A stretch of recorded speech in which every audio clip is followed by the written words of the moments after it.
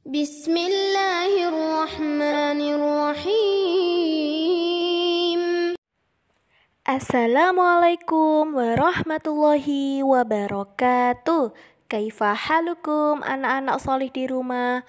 Ustazah doakan anak-anak solih di rumah semuanya dalam keadaan sehat ya.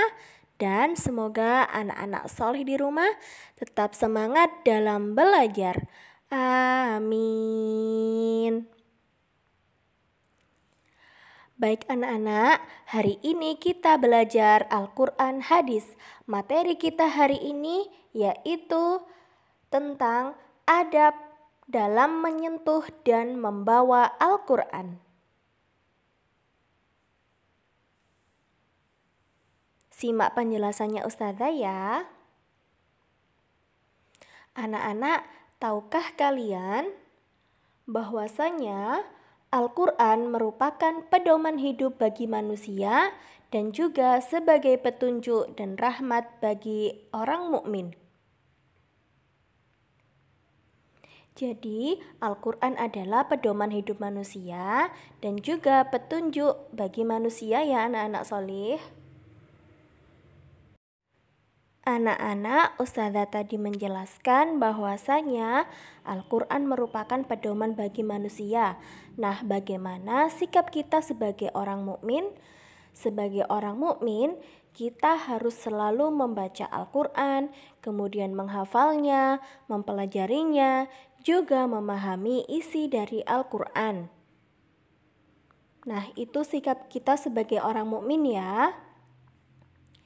Kemudian, mempelajari Al-Quran itu merupakan kewajiban kita sebagai orang Islam. Orang Islam itu wajib mempelajari Al-Quran ya anak-anak solih. Baik itu mempelajari Al-Quran di rumah, kemudian di masjid, ataupun di sekolah. Dimanapun kita berada, kita harus mempelajari Al-Quran. Sudah paham ya anak-anak solih?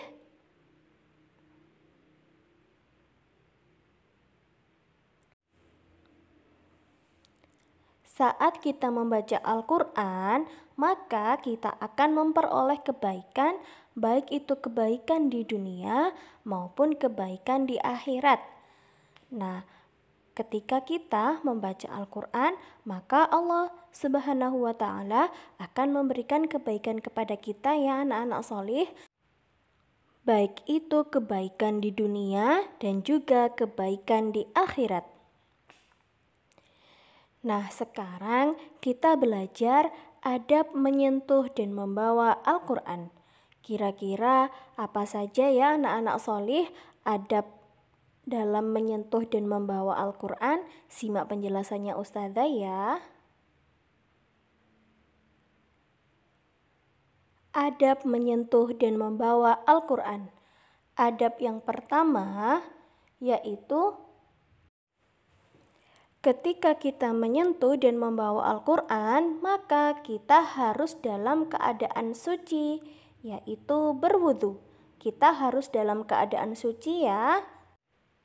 Jadi ketika kita ingin membawa atau menyentuh Al-Quran, maka kita harus berwudu terlebih dahulu ya anak-anak solih. Kemudian yang kedua yaitu tidak boleh membawa Al-Quran ke tempat yang kotor seperti kamar mandi, toilet, dan lain sebagainya. Nah, dulu Ustazah sudah menjelaskan bahwasanya ketika kita ingin pergi ke kamar mandi, ke WC atau ke toilet, tidak boleh membawa mushaf Al-Quran. Juga tidak boleh membawa tulisan nama Allah ya. Nah, kemudian yang ketiga yaitu orang yang terkena najis tidak boleh menyentuh atau membawa Al-Quran. Jadi orang-orang yang terkena najis itu tidak boleh menyentuh dan membawa Al-Quran ya anak-anak solih. Nah, Ustazah ulangi, adab menyentuh dan membawa Al-Quran tadi ada 3 ya. Yang pertama, Ketika menyentuh dan membawa Al-Quran, kita harus dalam keadaan suci, yaitu berwudu. Kemudian yang kedua, tidak boleh membawa Al-Quran ke tempat yang kotor seperti kamar mandi, WC, toilet, dan lain sebagainya. Kemudian yang ketiga, orang yang terkena najis tidak boleh menyentuh atau membawa Al-Quran. Nah, sudah paham ya anak-anak solih sekarang adab-adab dalam menyentuh dan membawa Al-Quran? Insya Allah semuanya paham ya. Alhamdulillah kita sudah selesai pembelajarannya hari ini. Semoga apa yang kita pelajari bisa menjadi ilmu yang bermanfaat ya bagi kita semua. Amin.